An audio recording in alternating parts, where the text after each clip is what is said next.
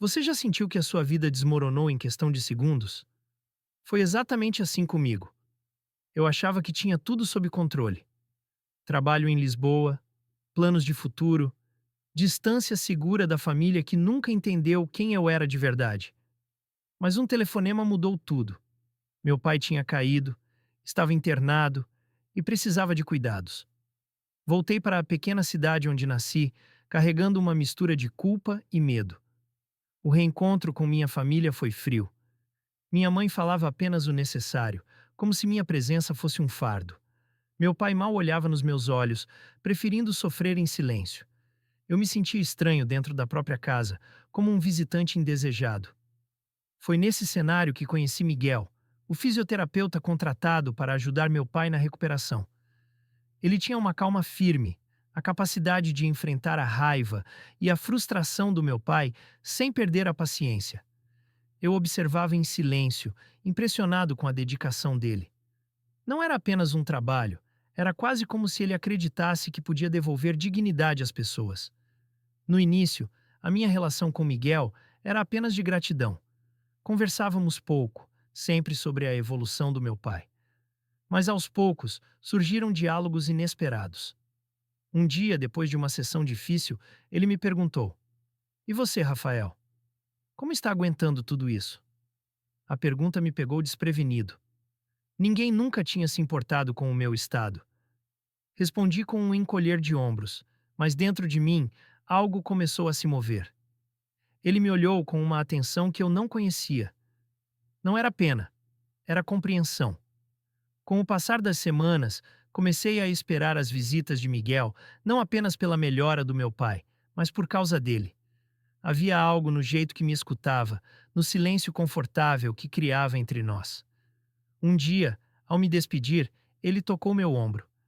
Foi um gesto simples, mas o calor daquele contato ficou comigo durante a noite inteira. Eu não conseguia parar de pensar nisso. Confusão tomou conta de mim. Eu tinha tido relacionamentos com mulheres. Nunca havia me permitido imaginar nada além disso. Agora, aos 30 anos, descobri um desejo que me assustava e, ao mesmo tempo, me fazia sentir vivo. Cada sessão de fisioterapia virava um teste de autocontrole. Eu observava Miguel com uma intensidade que me envergonhava. E como se não bastasse a minha luta interna, a cidade parecia espiar cada passo. Comentários velados começaram a circular. Vizinho que baixava a voz quando eu passava, olhares desconfortáveis durante as compras no mercado. Era como se todos pressentissem algo que nem eu tinha coragem de admitir. A tensão aumentou no dia em que encontrei Miguel fora de casa, no café da praça. Ele estava acompanhado de uma mulher, e quando nossos olhares se cruzaram, percebi a pressa com que ele se afastou dela. O sorriso que ele me deu era forçado, carregado de um segredo que me cortou por dentro. Naquela noite, não consegui dormir. A gratidão que eu sentia por ele já tinha se transformado em algo maior, mas agora era atravessado por uma dúvida dolorosa. Quem era Miguel de verdade? O homem que me escutava com sinceridade ou alguém preso a uma vida que precisava sustentar para agradar os outros? O que eu não sabia é que aquele seria apenas o primeiro golpe. A traição, o julgamento da minha família e a rejeição que estava por vir seriam provas muito maiores do que eu podia imaginar. A desconfiança não me deixava em paz. Depois de vê-lo com aquela mulher, algo dentro de mim começou a se partir. Tentei convencer-me de que era apenas amizade, que eu estava exagerando. Mas os sinais estavam por toda parte. Mensagens que ele respondia com pressa, olhares que desviava quando eu aparecia de surpresa. Quanto mais eu tentava negar, mais evidente ficava. A verdade explodiu numa tarde. Eu voltava da farmácia quando vi Miguel no estacionamento atrás do centro de saúde. Ele não estava sozinho. Era a mesma mulher, e desta vez não havia disfarce. Eles se beijavam como se ninguém pudesse vê-los. Senti o chão sumir sob os meus pés. Não era apenas ciúme. Era a sensação cruel de ter acreditado em algo que nunca existiu. Passei a noite inteira em silêncio, preso entre a raiva e a vergonha. Eu me sentia enganado, mas também culpado por ter me deixado envolver. O pior era imaginar que, para ele, eu talvez nunca tivesse passado de uma distração. No dia seguinte, durante a fisioterapia do meu pai, tentei agir normalmente, mas minha expressão denunciava tudo. Miguel percebeu, claro. No fim da sessão, pediu para conversarmos. Fomos até o quintal, e antes mesmo que ele abrisse a boca, eu disparei. Vi você ontem. Não precisa inventar desculpas.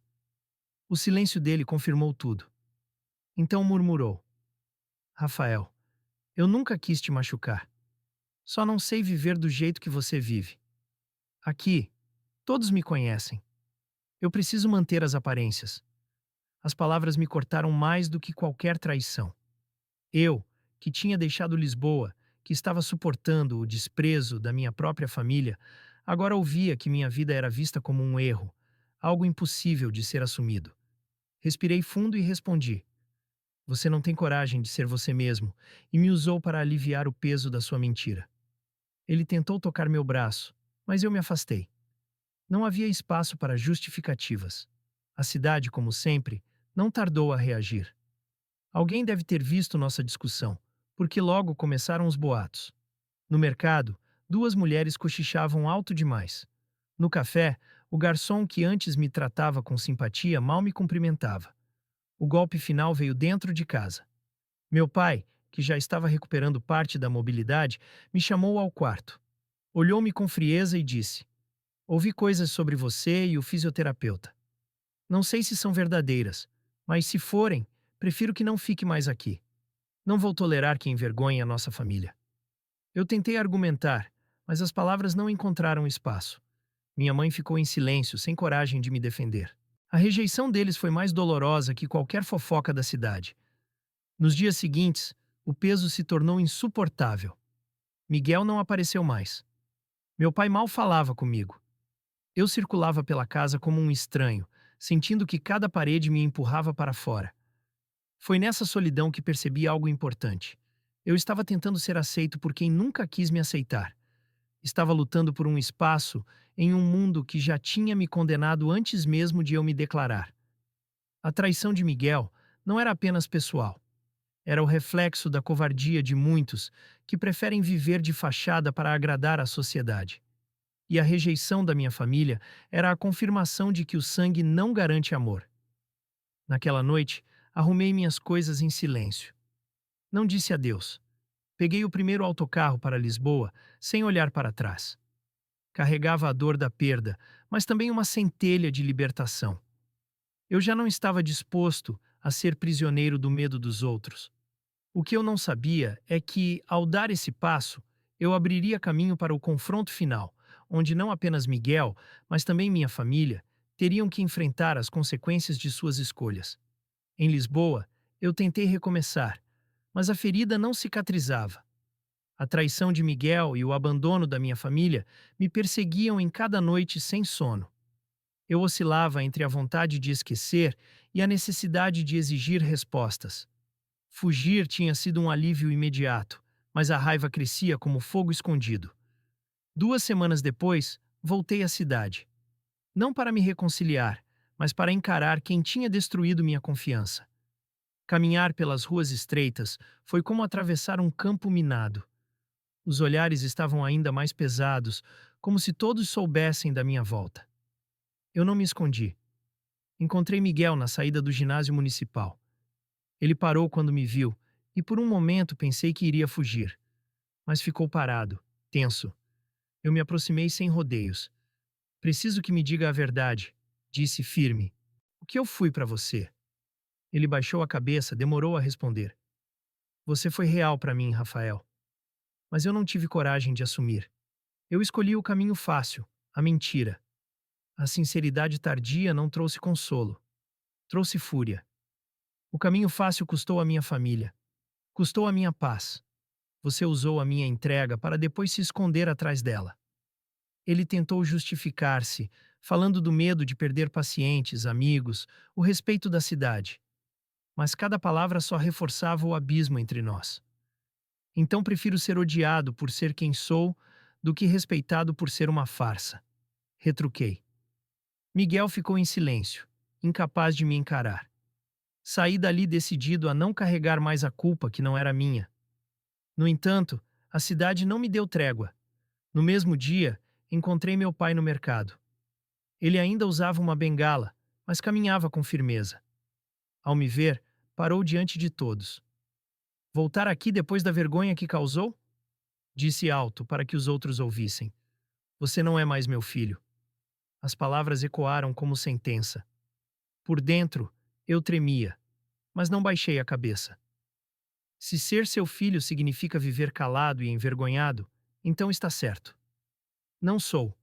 Houve murmúrios em volta, alguns chocados, outros aprovando. Foi o momento mais duro da minha vida, mas também o mais libertador. Pela primeira vez, eu não implorava por aceitação. Naquela noite, sentado sozinho na pensão onde me hospedei, recebi uma mensagem inesperada. Era da minha mãe. Curta, hesitante. Volta amanhã. Precisamos conversar. No dia seguinte, fui até a casa dos meus pais. Minha mãe me recebeu no portão, nervosa. Conduziu-me até a sala onde meu pai estava sentado. O ambiente era pesado. Ele respirou fundo antes de falar. Eu disse coisas que não devia. Falei com raiva. Mas ver você se levantar diante de mim ontem fez-me perceber que a fraqueza não está em ser diferente. Está em não ter coragem de assumir. Ouvi incrédulo. Não era perdão completo, mas era uma brecha. Minha mãe acrescentou. Nós não entendemos tudo, Rafael. Mas não queremos perder você. A tensão entre nós não desapareceu, mas uma porta tinha se aberto. Pela primeira vez, vi no olhar deles não só reprovação, mas também dúvida. E a dúvida já era uma vitória. Miguel, por outro lado, enfrentou consequências mais rápidas. Os boatos sobre sua vida dupla circularam e muitos pacientes se afastaram. Não porque descobriram a verdade sobre ele, mas porque perceberam a mentira. A cidade que ele tanto queria agradar foi a primeira a virar-lhe as costas.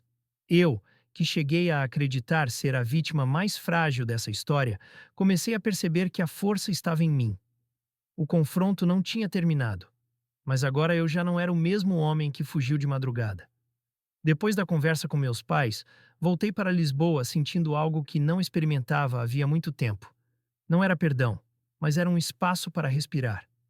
A rejeição ainda estava ali, marcada em cada palavra que meu pai tinha dito, mas também havia uma fissura na parede. Eu tinha mostrado que não seria mais silenciado. As semanas seguintes foram de reconstrução. Retomei o trabalho, mas com outra postura. Pela primeira vez, comecei a falar abertamente com alguns colegas sobre quem eu era. Houve surpresa, mas também respeito.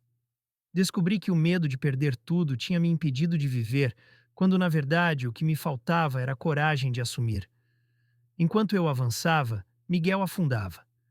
As mensagens que recebi de conhecidos da cidade confirmavam. Ele estava perdendo pacientes, amigos, e o círculo que antes o aplaudia, agora o criticava. Não por ser quem era, mas por não ter sido honesto. A mentira cobra caro, e a dele estava sendo cobrada em público. Um dia recebi uma ligação inesperada. Era Miguel. A voz dele soava cansada. Preciso falar com você. Eu hesitei, mas aceitei encontrá-lo em um café perto da estação. Ele chegou abatido, o olhar perdido. Estou pagando por tudo, Rafael, confessou. Tentei manter duas vidas, e perdi as duas. Fiquei em silêncio. Parte de mim ainda sentia raiva, mas havia também compaixão. Ele continuou. Você tinha razão. Eu fui covarde. Mas agora não tenho mais nada a de esconder. Só queria pedir desculpa. As palavras eram sinceras, mas não mudavam o passado. Eu respondi com firmeza. O problema não foi você não estar pronto. O problema foi me arrastar para dentro da sua mentira. Eu já não carrego esse peso. Você precisa encontrar a própria saída. Ele abaixou a cabeça e não insistiu. Levantou-se, agradeceu e foi embora. Eu sabia que aquele capítulo estava encerrado. Poucos dias depois, recebi outra surpresa. Meu pai ligou. Disse que precisava me ver. Voltei à cidade com o coração apertado. Encontramo-nos no banco da Praça Central. Ele parecia mais velho, mas havia algo diferente na voz. Tenho pensado no que disse, começou. Passei a vida acreditando que ser homem era seguir um modelo rígido. Mas quando vi você enfrentar todos sem baixar a cabeça, percebi que talvez eu seja o fraco por ter medo do que os outros pensam. Olhei para ele em silêncio. Era estranho ouvir aquilo do mesmo homem que me expulsara de casa. Não vou fingir que entendo tudo, continuou. Mas quero tentar. Quero que volte a ser parte da família. A emoção me pegou de surpresa. Não era a aceitação plena que eu sempre sonhei, mas era um recomeço. Respondi: eu posso voltar a estar presente, mas só se for como realmente sou. Ele assentiu. Foi a primeira vez que senti que falávamos como iguais. Naquela noite, jantei com meus pais. Havia tensões, silêncios desconfortáveis, mas também pequenos gestos de aproximação. Minha mãe servia mais comida no meu prato, meu pai fazia perguntas sobre o trabalho. Não era um milagre, mas era o início de uma nova relação. Ao voltar para Lisboa, pensei em tudo o que tinha acontecido. Miguel continuaria a lutar com as próprias escolhas, e eu não podia salvar ninguém que não quisesse ser salvo. Mas eu tinha conseguido algo mais valioso: a certeza de que a minha vida não seria definida pela vergonha dos outros. A ferida da traição ainda doía, mas agora já não me dominava. Eu tinha transformado a dor em força. Pela primeira vez, sentia que estava construindo a minha história com minhas próprias mãos. E naquele silêncio do regresso, percebi que, mesmo sem final feliz perfeito, eu tinha conquistado o que mais buscava: respeito por mim mesmo. Meses se passaram desde o dia em que voltei a Lisboa, decidido a não viver mais na sombra da vergonha. Aos poucos, a minha vida encontrou outro ritmo. Não foi fácil, mas aprendi que reconstrução não acontece de uma vez, e sim em passos firmes e dolorosos. No trabalho, já não me escondia. Alguns colegas se afastaram, outros se aproximaram mais. Descobri que sinceridade filtra pessoas. Quem fica, fica por respeito verdadeiro. Nas noites em que a solidão apertava, eu lembrava que já tinha atravessado coisa pior. Se tinha enfrentado a rejeição do meu pai diante de toda a cidade, nada mais poderia me silenciar. Miguel continuava sendo uma sombra distante. Às vezes eu ouvia notícias dele. Mudara de clínica, perdera parte da clientela e se fechara num silêncio que antes criticava em mim. Eu não sentia vingança. Apenas constatava que cada escolha tem um preço. Ele pagava pelo medo de ser quem era. Eu, pelo contrário, estava aprendendo a viver com as consequências da coragem. Com meus pais, a relação evoluía lentamente. Meu pai não se transformou de repente num homem compreensivo, mas começou a me escutar. Já não havia insultos, nem silêncio gelado. Havia tentativas, às vezes desajeitadas, de aproximação. Minha mãe, sempre mais aberta, incentivava esses passos. Cada gesto era pequeno, mas para mim tinha peso enorme. Era a prova de que a mudança é possível mesmo onde parecia impossível. Numa das minhas visitas, sentei com meu pai no quintal. Ele estava cansado, mas firme. Disse: Rafael, não sei se algum dia vou entender totalmente a tua vida, mas sei que te afastei quando mais precisava de mim. Isso eu não quero repetir. Ouvir aquilo arrancou de mim um peso antigo. Não era a aceitação completa, mas era a promessa de não mais me expulsar da própria casa. Eu respondi com calma: não preciso que compreenda tudo. Preciso só que me veja como sou. Ele assentiu em silêncio. Esse silêncio, pela primeira vez, não era rejeição, mas respeito. Voltei a Lisboa naquela noite com outra sensação. Eu não era mais o filho envergonhado, nem o homem traído que fugira. Eu era alguém que tinha aprendido a se levantar mesmo depois de ser derrubado. A experiência deixou marcas, mas também lições. Aprendi que gratidão não pode ser confundida com amor, que desejo não sobrevive à mentira e que a família, por mais dura que seja, pode aprender a mudar, se não por amor incondicional, ao menos por medo de perder quem se ama. Quando compartilhei minha história com alguns amigos, muitos se reconheceram nela. Outros me agradeceram por ter coragem de falar. Entendi que a dor que vivi não era só minha, era parte de algo maior. A luta de tantos que, como eu, enfrentam o peso do preconceito e da rejeição apenas por existirem. E foi nesse reconhecimento que encontrei propósito. Comecei a participar de encontros de apoio a jovens LGBT em Lisboa. Contar a minha trajetória não apagava as cicatrizes, mas transformava a dor em força. Eu via nos olhos deles a esperança de que a vida não precisa acabar na rejeição. Hoje, quando olho para trás, não vejo apenas a traição de Miguel ou a dureza da minha família. Vejo o caminho que percorri para descobrir que ser verdadeiro dói, mas liberta. E que coragem não é viver sem medo, mas continuar apesar dele. Sei que ainda enfrentarei olhares tortos, comentários maldosos e talvez novos conflitos com meu pai.